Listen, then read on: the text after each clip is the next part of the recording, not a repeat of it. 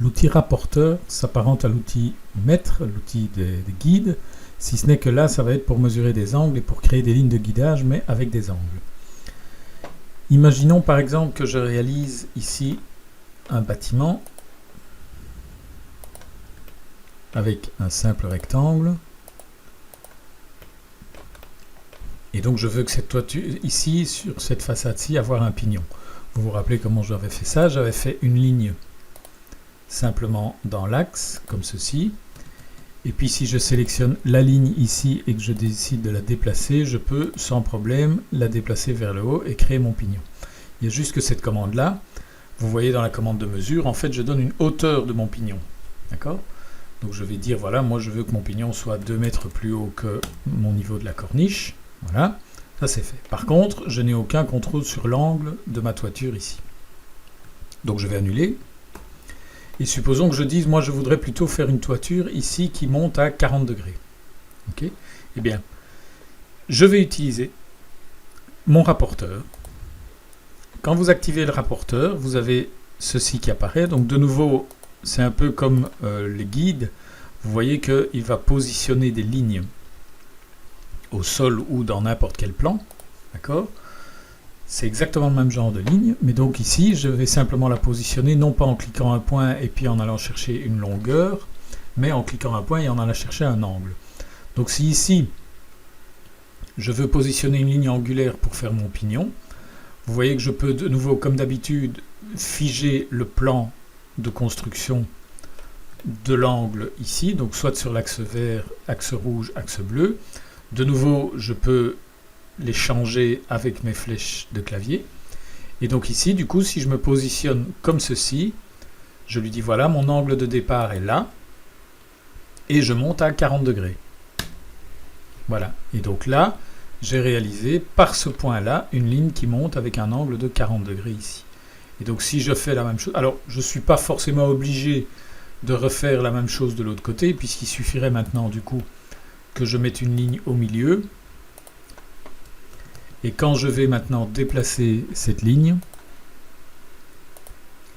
je vais forcément à un moment, à la verticale, arriver ici et je vais avoir un accrochage. D'accord ? Bon, ceci dit, si j'ai quand même envie de positionner mon deuxième repère, je vais prendre la commande de rapporteur, positionner ici, partir de là et lui dire par là, je veux avoir 40 degrés. Voilà, et du coup, je positionne cet élément-là, d'accord, qui va me donner le point d'intersection qui sera le fait, la ligne de fait de ma toiture. Et donc effectivement maintenant, soit je prends cette ligne-là et je la déplace effectivement verticalement et elle va venir se caler exactement là. Maintenant, si par contre je n'avais pas... Oups, pardon, je vais laisser le guide. Voilà. Mais admettons que je n'avais pas dessiné cette ligne-là. Mais du coup, je peux très bien dessiner mon pignon en faisant un triangle ici. Je peux m'accrocher dessus. Voilà. Et du coup, je peux à ce moment-là extruder ma façade et venir chercher cette face-ci. D'accord ? Voilà. Deuxième méthode, ici.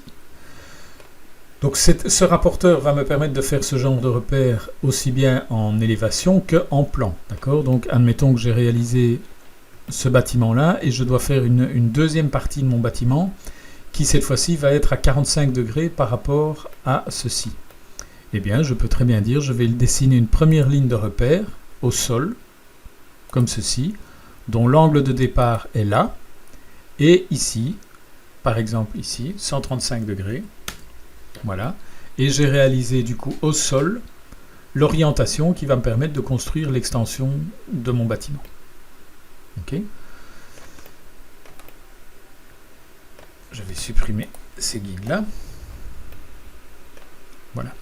Et donc je vais pouvoir conjuguer comme ça des guides à la fois en plan, en élévation dans toutes les phases de la 3D, des guides sur base de distance et sur base d'angle, donc tout ce qui au niveau des inférences ne serait finalement pas possible, alors que bon, on a vu que les inférences permettaient déjà de faire pas mal de choses, mais même au cas où vous n'arrivez pas à réaliser un accrochage correct avec les inférences en direct, il y a 9 chances sur 10 qu'avec les repères en guide ou en rapporteur, vous puissiez arriver à vos fins. On va voir maintenant comment, dans le chapitre suivant, comment réaliser du coup maintenant une modification de mon système d'axe pour pouvoir suivre n'importe quelle orientation.